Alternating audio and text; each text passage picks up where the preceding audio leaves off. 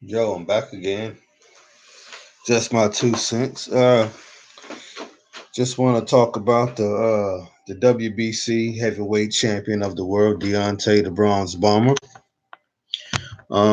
Just do a little, talk about his bio.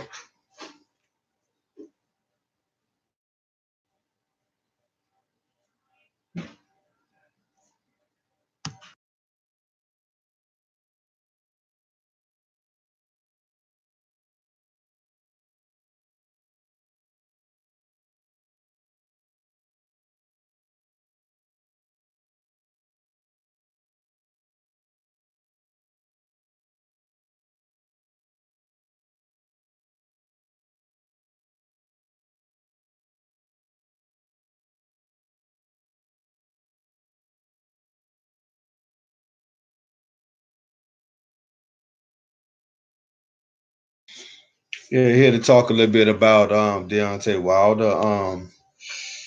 6'7" Deontay Wilder dropped out of college and turned to boxing in 2005. Um, to support his daughter. All this here has been, you know,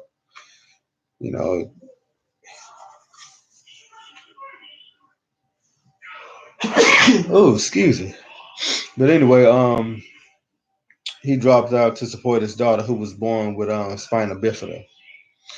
He was a quick study, winning the U.S. Olympic trials in his 21st amateur fight and earning an Olympic bronze medal at the 2008 Beijing Games. And after winning his first 32 professional bouts by knockout, Wilder capped his rapid ascent by capturing a share of the world heavyweight title in 2005. Um, Like countless other boys born and raised in Tuscaloosa, Alabama, Wilder always wanted to play football or basketball for his hometown University of Alabama Crimson Tide. Um, However, Wilder goals changed in 2005, like I said, when his daughter was born with spina bifida, a serious birth defect of the spinal cord. So as a freshman at Tuscaloosa Shelton State Community College at the time, Wilder left school and was soon working two jobs in order to support his daughter, who doctors said might never be able to walk. But God said different. Um, in an attempt to earn more money, Wilder took up boxing shortly thereafter and was extremely a quick study. Um, In 2007, like I said, Wilder won the National Golden Glove title in just his 16th amateur fight, and also won the U.S. Olympic Championship at 201 pounds. He won the U.S. Olympic trials in just his 21st fight, like I stated earlier. His work ethic is incredible, and he hit so hard. USA boxing coach Dan Campbell said about him. Wilder, aka the Bronze Bomber, was simply following the lead of Naya, who was walking by 2008. See, God is good. See, God is good. You know, man. Man say different. But God is good. I'd rather obey. I'd rather obey God than man. But Wilder stated that his daughter is his inspiration, and said he said before the Olympic trial, she's doing so many things that the doctor said that she might not be able to do. That's a blessing. Um, Possessing hold up, get back to this here. Possessing tremendous punching power and an 83-inch reach. Wilder made his professional debut in November 2008, gaining a second round technical knockout of Ethan Cox in Nashville, Tennessee. Trained by former 147-pound world champion and 1984 Olympic gold medalist Mark Breland. Boy, that jab. Wilder made quick work of his first 22 opponents, defeating each of them within 4 rounds, including 14 in the opening round. Wilder stepped up his level of competition in June 2012, facing former world title contender Owen Beck. Fighting before a hometown crowd in Tuscaloosa, Wilder floored his opponent in the first and second round and twice more in the third round. He was declared the winner after Beck failed to answer the bell to start round 4.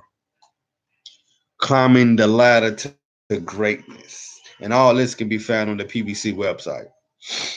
Wilder defeated two straight unbeaten prospects in 2012 to establish himself as a fast rising title contender.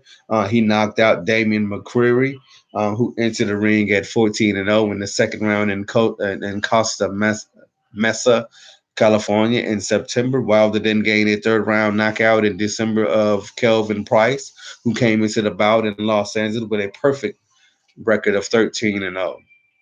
But Wilder gained two more quick stoppages in early 2013, including a first round TKO of former European title holder Underlay Harrison in Sheffield, England. See, this is what amazes me about Wilder, about Deontay Wilder. See, these persons, Damian McCreary, Kelvin Price, these guys has been boxing their whole life. They have the best technique, you know, and everybody say, that Wilder's he's wild, he's sloppy, but isn't it amazing that he's defeating fighters with better techniques, fighters that they say that he can't beat, that he don't supposed to beat because he don't have the quote unquote the technique, as a Floyd Mayweather or Evander Holyfield or even a Lennox Lewis, and stuff like that. He's very unorthodox. Deontay Wilder, he has his own style and he uses his style well. I mean, he uses his attributes the best of his ability for him. He make it work for him.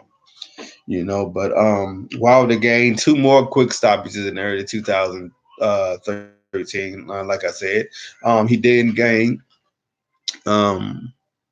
the biggest win of his career at the time in August 2013 by knocking out former world champion Sahari um, Leovic with a straight right hand in the first round in Indio, California. I've never heard of that. Indio? I need to look that up. Wilder ran his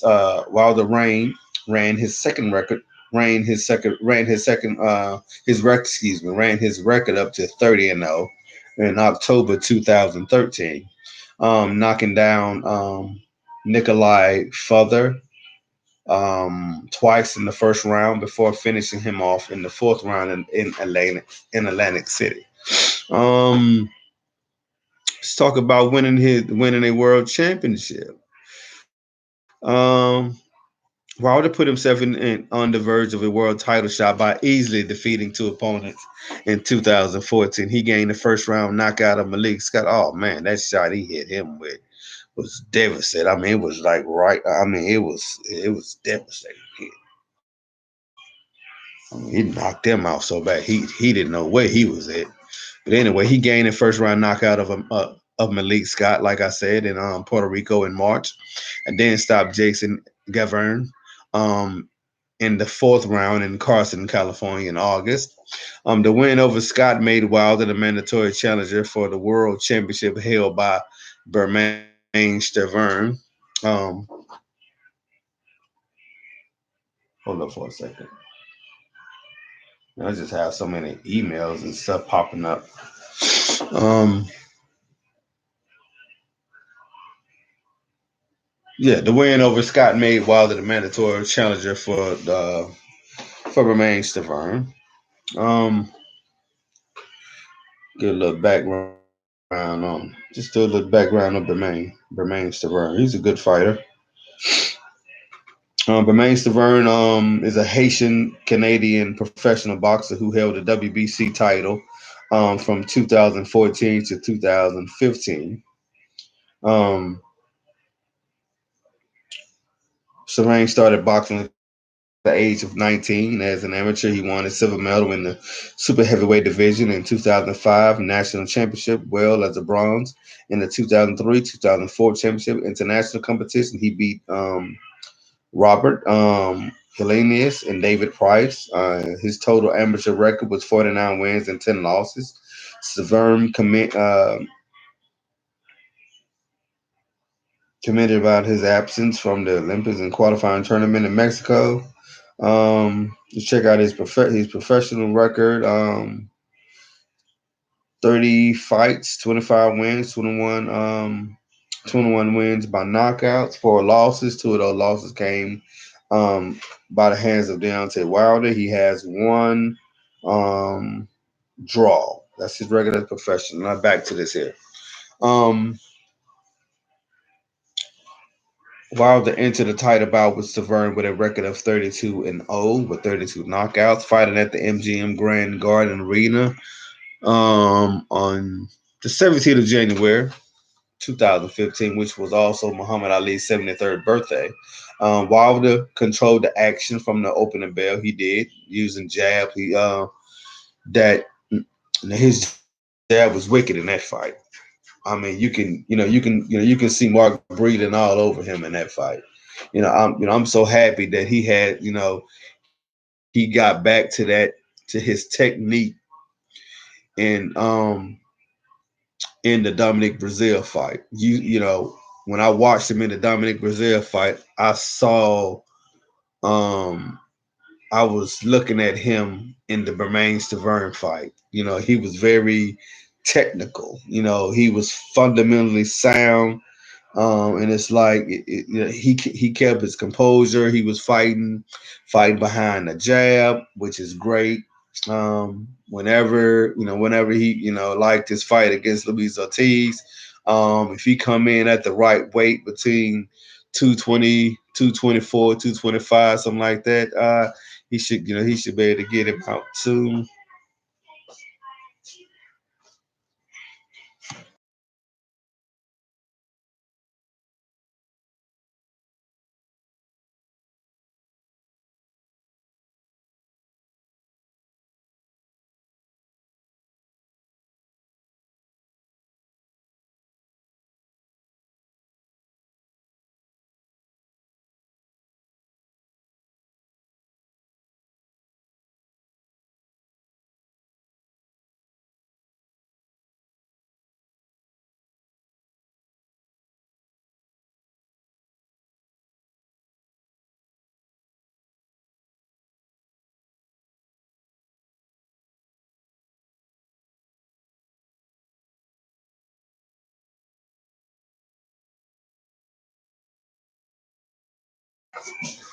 But yeah, but so he went back to his techniques and everything, fighting off the jab. He keep that up. He should be able to get Luis Ortiz Luis Ortiz out of there sooner than later. But while the superior reach prevented Stavern from getting inside, correct, and the Bronze Bomber came close to finishing off the champion in the second and seventh round. But Bermain held strong. I mean, hey, he showed a lot of grit in that fight. He showed a whole lot of grit. He took a whole lot of hard punches, and plus Deontay Wilder proved that he can go 12 rounds. And he actually boxed him for 12 rounds. So for all the people who say that Deontay Wilder can't box, they need to go back and watch that Stavern fight. He can box. He proved that he can box. But like I said, one thing about Wilder failed to keep his knockout streak alive. But I mean, hey, he got the win. He got the strap. That's what's important. Knockout streak, hey, whatever. We can start another one. But easily won a 12-round unanimous decision to become the first U.S. born fighter to hold a heavyweight title since Shannon Briggs in 2007. Boy. That's crazy. We've been without a champion for that long. That's crazy, man. But beginning a new knockout streak. It was a homecoming. Wilder stopped challenger Eric Molina on June 2013. June June excuse me. June 13th, 2015. Yeah, it's getting late, boy. Um, but Wilder stopped challenger Eric Molina on a Premier Boxing Champion card on Showtime for his first title defense. Wilder knocked him down in the fourth round, then twice more in the fifth. To his credit, Molina kept getting back up. Molina even put a monetary scare on Wilder, faithful that field in Bartha Arena in Birmingham, Alabama, by wobbling the champion in the third round. I just don't remember that. I don't remember. I need to go back and watch that fight. Once Wilder regained his bearings, he ripped into Molina, stopping him with a pulverizing counter right at the minute and three mark of the ninth round. But to be honest, I definitely was surprised. Wilder said afterward about Molina. It does my heart so good, even just standing right here in front of him to say this guy got heart. All of the critics doubted him, and the naysayers said he wasn't here to last. But I'm so proud of him, and he has my support. That's a true champion. But welcome back to the old territory. Um, 3 months after his initial title defense, Wilder dispatched Johann Duhaupas in 11 rounds on September 26, 2015, from the Pack Legacy Arena in Birmingham, Alabama. He ain't been home. He ain't fought at home in a while. It's time for him to make a fight at home, so I can come and catch him in Alabama. The Premier Boxing Champion main event was the first heavyweight title bout on NBC in prime time in 30 years. Wilder was never threatened through, though he did have some swelling that formed under his eye in the second. But Wilder finished off Duhaupas at 55 seconds of the 11th round. It's a tough fight at home because you want to entertain the crowd. Wilder said afterward, but the people came out and they paid their hard-earned money, so they definitely want to see a show. And didn't you all get a great show tonight? This man is a true champ, man. I mean, hey, you can't help but to love this guy, man. It's Deontay Wilder, you know. So, rolling along, Wilder upped his new stoppage streak to five with victories over Arthur Spielka, Chris Ariola, and Gerald Washington. And see, now these are all the people they said that was supposed to beat Wilder. But after he smashed them. Oh, they were all bums, and you know how it goes. When it comes to as the man said, the course. But anyway, whatever. You know, but Premier Boxing Champion show from Barclays on Showtime on January 16, 2016. Wilder showed great patience in whittling down the defensive zone the polished heavyweight had built. Through head movement and spacing by the eighth round, Wilder had closed the distance, setting up a monstrous right hand that flattened Spielk. I mean, it was a devastating right hand. I mean, hey, we thought everybody in the arena and at home thought the guy was dead because he hit him that hard. I'm talking about it's like he flipped it. It was amazing to watch. But while the spill took place before 12,668, which at the time was the second largest crowd to ever see a fight at the Barclays, and eventually surpassed by the Keith Thurman and Sean Porter fight at 12,718 total in June 2016. That was a good fight too. But fighter literally with one hand Wilder outlasted Ariola.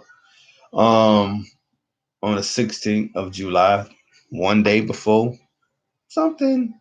But anyway, on Premier Boxing Champion Show, televised on Fox Sports 1 from Legacy Arena in Birmingham, Alabama, about a hour drive from Wilder's hometown. Oh man, excuse me. How about that, folks? Well, I don't have anyone in the chat anyway, so it's okay. But Wilder hometown of Tuscaloosa, Wilder improves to 37-0 with 36 knockouts when Chris Arleola corner mercifully stopped the fight after the eighth round. What made this arguably Wilder's most impressive fight was the fact he broke his right hand in the fourth and fought with a distal tear in his right bicep. Crazy determination. That shows how tough this man is. That's what you want from a fighting champion. It was Wilder's fourth title defense and third in Birmingham. My goal is to unify the division like he has constantly always said he wanted to unify. Always. Wilder said this then was taken to the hospital. I'm one of the baddest, hardest hitting heavyweights in the business. Right here from Alabama, baby.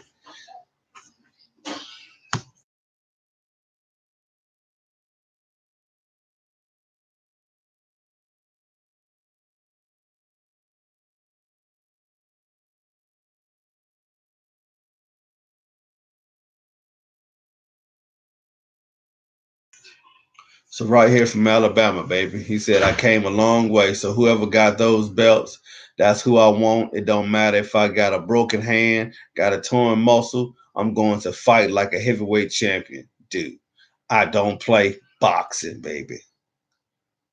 After undergoing surgery to repair his broken right hand and torn right bicep, Wilder was back in the ring.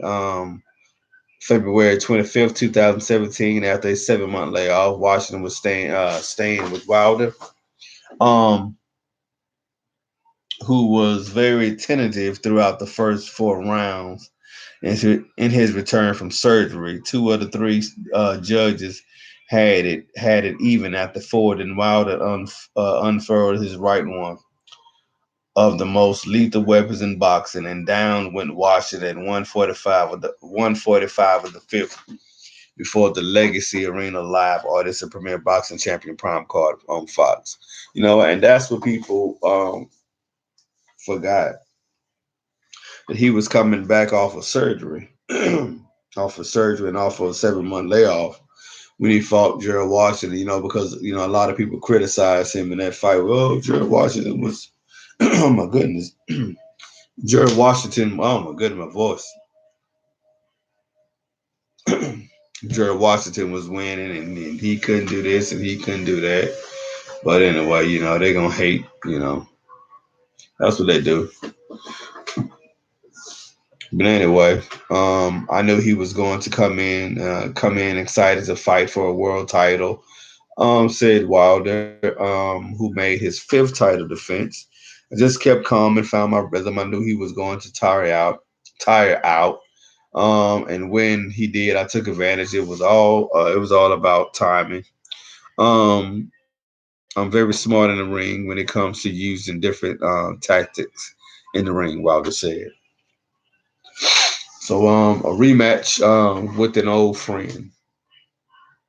Um Wilder's next bout was supposed to come against fellow undefeated heavyweight contender Luis King Kong Ortiz, aka the Boogeyman of the division. They call him the Boogeyman because nobody wanted to fight him. The only person stepped up to fight him was, guess who? The one and only Deontay, the Bronze Bomber Wilder. They were supposed to fight on November 4th, 2017 at the Barclays, but Ortiz tested positive for 2 banned substances, forcing the bout to cancellation. But the WBC mandatory challenger Bermane Stavern stepped up to the challenge and promised things would end differently than their 2015 affair. That was ugly. Wilder laughed off the notion and said he would actually retire from the sport if he lost. But all I wanted to do is prove that I am the best I am the best, and the best don't want to fight. So what's the point of me being in this sport? If Jermaine beats me, if he beats me, y'all don't have to hear about me no more. I'm done. That's what the Bronze Bomber said. That's how serious it is. He said it don't get no more serious than that. So let the games begin. So Wilder takes down King Kong.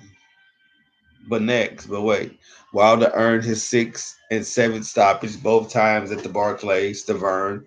Previously unbeaten Cuban southpaw Luis King Kong Ortiz in the first and the 10th round um, of 2017. And March 3rd, 2018, he defeated both fighters. Severn replaced Ortiz, who tested positive for two banned subjects, like I said, forcing a bout cancellation and was floored three times for the first round knockout. Wilder also dropped Ortiz once in the fifth and twice more in the last round of the TKO win. I'm ready right now. I've always said that I want to unify. Said Wilder, who was focused on the undisputed heavyweight championship match against British heavyweight champion, and with then British heavyweight champion Anthony Joshua, who was defeated by Andy Ruiz. I'm the baddest man on the planet, and proved that tonight. This solidified my position as the top of the food chain tonight. Epic battle of kings. Deontay Wilder, the Bronze Bomber, Wilder, and Tyson, the Gypsy King Fury, fought to a split decision draw in their epic Showtime pay-per-view title fight on December 1st, 2018, in front of 17,698 fans, including several Hollywood stars at the Staples Center in Los Angeles. Fury 27 and 1, 19 knockouts miraculously overcame two knockdowns by Wilder 40 0 and 139, including an explosive one in the final round in a memorable draw, which was the first heavyweight title pay-per-view bout in America since 2002. The judges scored the bout 115, 111 for Wilder, 114, 112 for Fury, and 113, 113. See, I'm gonna tell you something. The first four rounds, Wilder won them first four.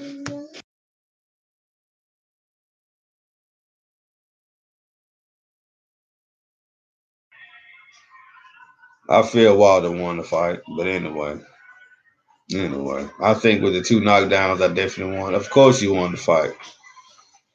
It's a bunch of crap, man. Doggone referee gave this man more than 10 minutes. I mean, more than 10 seconds that he gonna talk about with 10 seconds. Actually, not 10 seconds. But what is 10 seconds then? But anyway, I hope they get a better referee because this time he gonna knock his behind out. Because Tyson Fury can't get no better than what he done. He can't get any better. Deontay Wilder has improvements. I promise you, he will improve in this fight, and he will knock him out in a devastating fashion.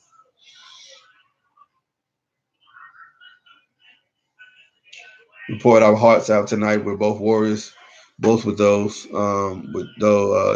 two drops. I think I won, and next he'll be fighting King Kong Ortiz. I think they said what November 23rd. I think that's when he'll be fighting. He's supposed to be fighting. Well, they said him and Fury have a signed agreement to fight in February of 2020, but that fight's not gonna take place because Saturday night Tyson Fury uh, had a tough fight with a young scrapper out of Wallin. Um, Wallin cut Fury cut him twice above his eye and underneath above the brow, above across the brow and underneath the cut. So he has two cuts, and Fury had to have plastic surgery. And matter of fact, he's been suspended by the Boxing Association until he completely healed. So that fight between him and Deontay Wilder is not gonna take place in February. So but I'm not sure. So hopefully we might just depends on who wins the Anthony Joshua and Andy Ruiz bout. We might get a uniform. We might get an undisputed championship fight. But if Ruiz win, we'll get it. But if Anthony Joshua win the rematch, well, we're not gonna get no undisputed champion because they're gonna take them belts and go back to the UK, and they're gonna keep it over there in the UK. And that's what they're gonna do. They're gonna run. What's what we're talking about now? What we have to talk about now? The Errol Spence and Sean Porter fight is heating up. Sean Porter what went on the Sway show, said he's gonna knock him out. But I don't see how that's happening. But I just don't see that happening.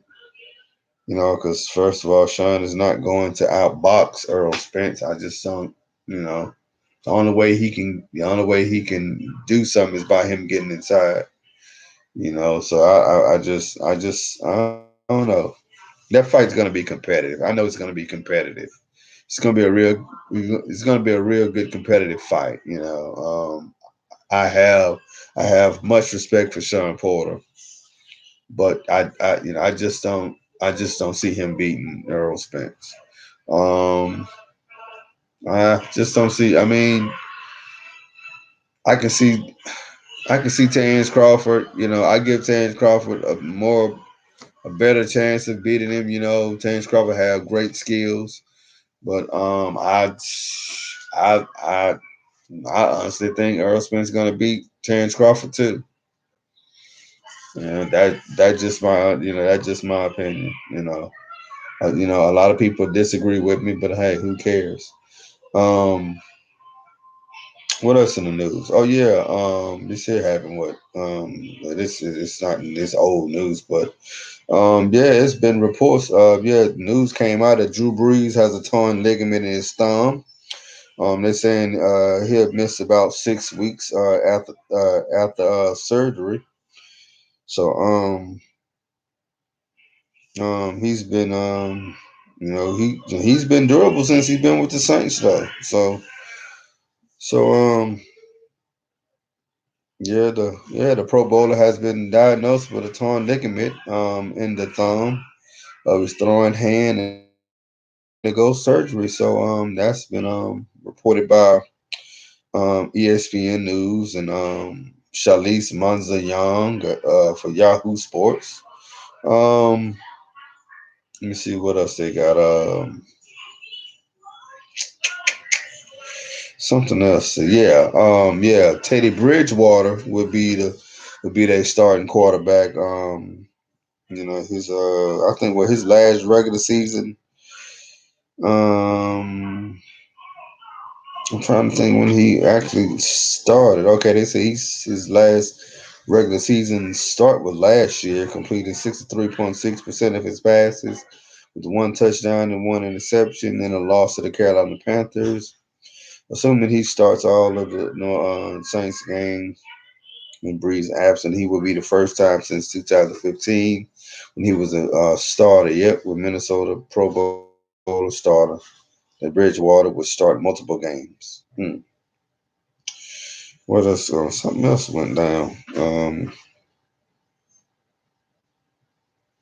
Something else. Oh yeah, yeah. Jalen Ramsey of Jacksonville Jaguars. He wants a trade.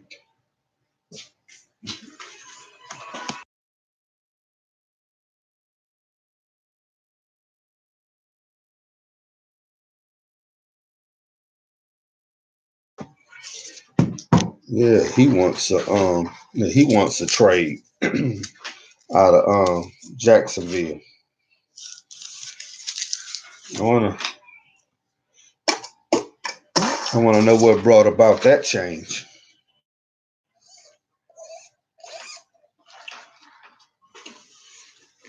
Cause I'm gonna read the ESPN staff writer Michael DeRocco said there's no doubt in Jacksonville Jaguars cornerback Jalen Ramsey has immense talent. He's a lockdown defender with a rare combination of size, length, and speed. Everybody know, in his first three seasons, he has been to the Pro Bowl. He's been to the Pro Bowl twice, and was first team All Pro once. There also no doubt Ramsey can be a immense headache. I don't understand where they come with this headache crap. Okay, he said this is why they said he's a headache. They said because he has questioned coaching schemes and decisions. As a rookie, he advocated for the entire defensive staff to be fired. They said he ripped most of the league's quarterback. Really? Just because he said some of the quarterbacks in the league was garbage? So what? Man, that's not a headache. Um, and as everyone saw last Sunday, he publicly confronted his head coach during the game. He didn't confront him. He just walked over there and talked to him. Um, they said at some point the headache outweighs the talent. See, there they go using these words. See these code words that they have.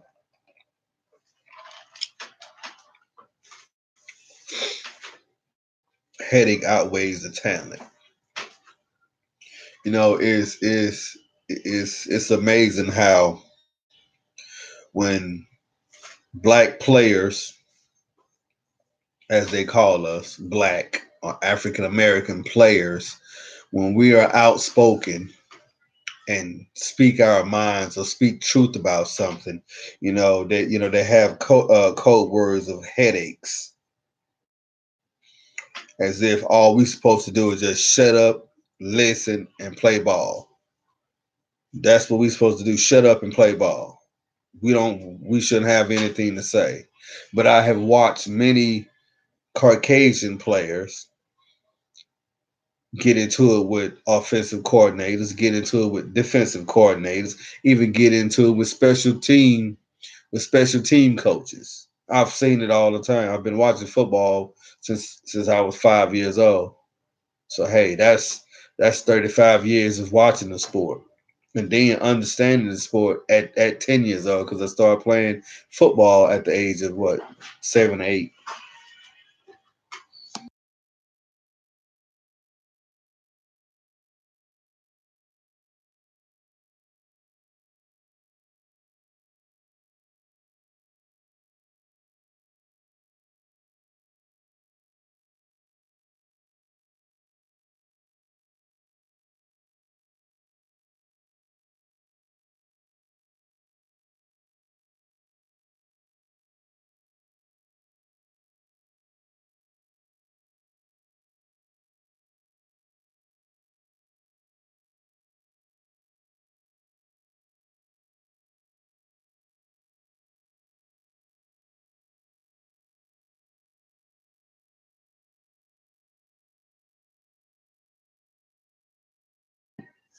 Because excuse me, our only job is to just play ball. So they always have these little code words. At some point, the headache outweighs the talent. But like I'm gonna keep saying it, Richard Cognito is still in the league.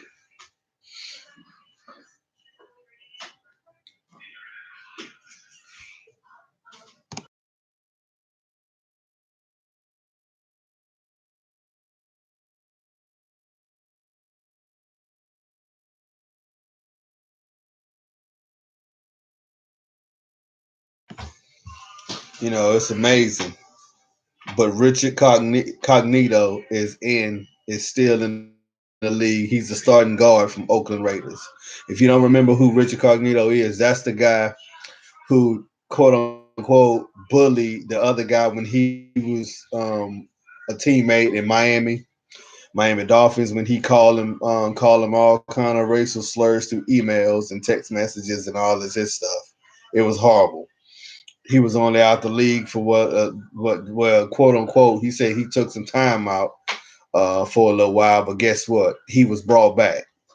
Isn't it something else? But come on now.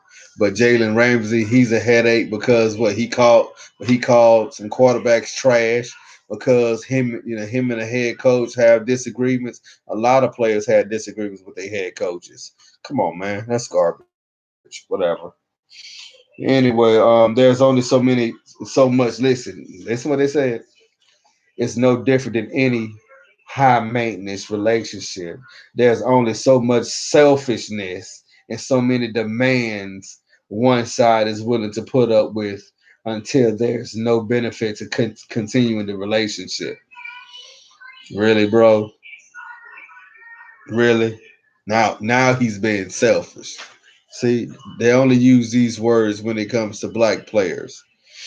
But when when they report on Caucasian players, they don't use code word. Matter of fact, they don't even report because guess what? Richard Cognito is in the league, and the doggone Giants kicker is still in the league, if I'm not mistaken, um, for abusing and beating his wife, and it's all documented, and he's in the league, but Ray Rice is not in the league anymore. They kicked his black butt out real quick.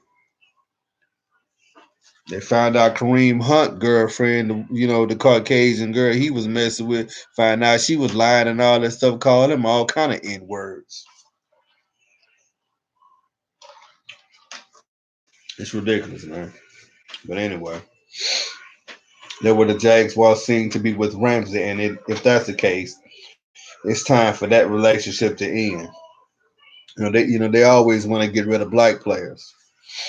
Like I said, Richard Cognito is in an Oakland Raiders uniform. If you don't believe nothing that I'm saying, go look it up. It's all documented. Documented. I don't care what you say. Go Google what Richard Cognito did. Go Google what the Giants kicker did to his wife. But but but you want to act like what Jalen Ramsey is doing is so horrible. What Antonio Brown has done is so horrible. But you have these, but these type of guys are still in the locker room. Big Ben Ross, Big Ben Roethlisberger of Pittsburgh Steelers raped 3 women, but he's still a quarterback in the NFL. And guess what? He just had. Oh, I forgot. He just had season-ending elbow surgery.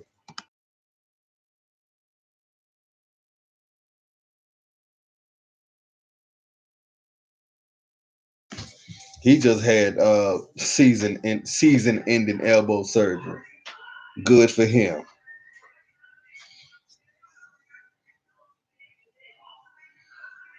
It's so funny that everything that uh, non brown skin players, they stuff just gets swept under the rug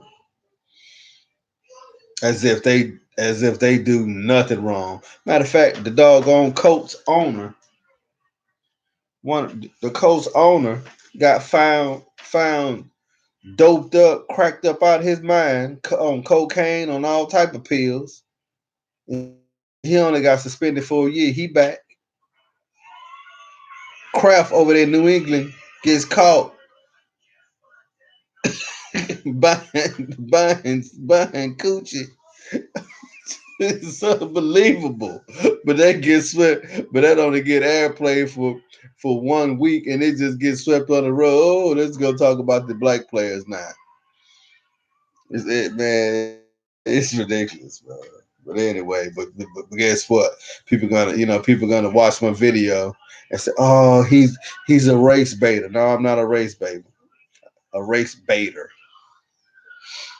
Everything's about race in this country. I'm just speaking the facts. But it's a matter of choosing Coach Doug Marrone over Ramsey, either based on Ramsey history. Listen, based on Ramsey history and his actions last Sunday.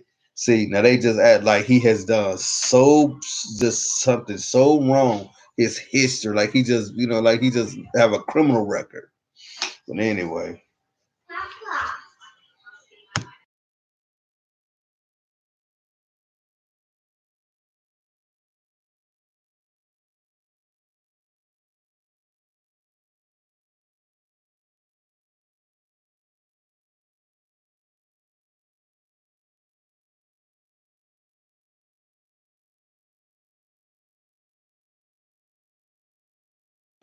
And I'm ending.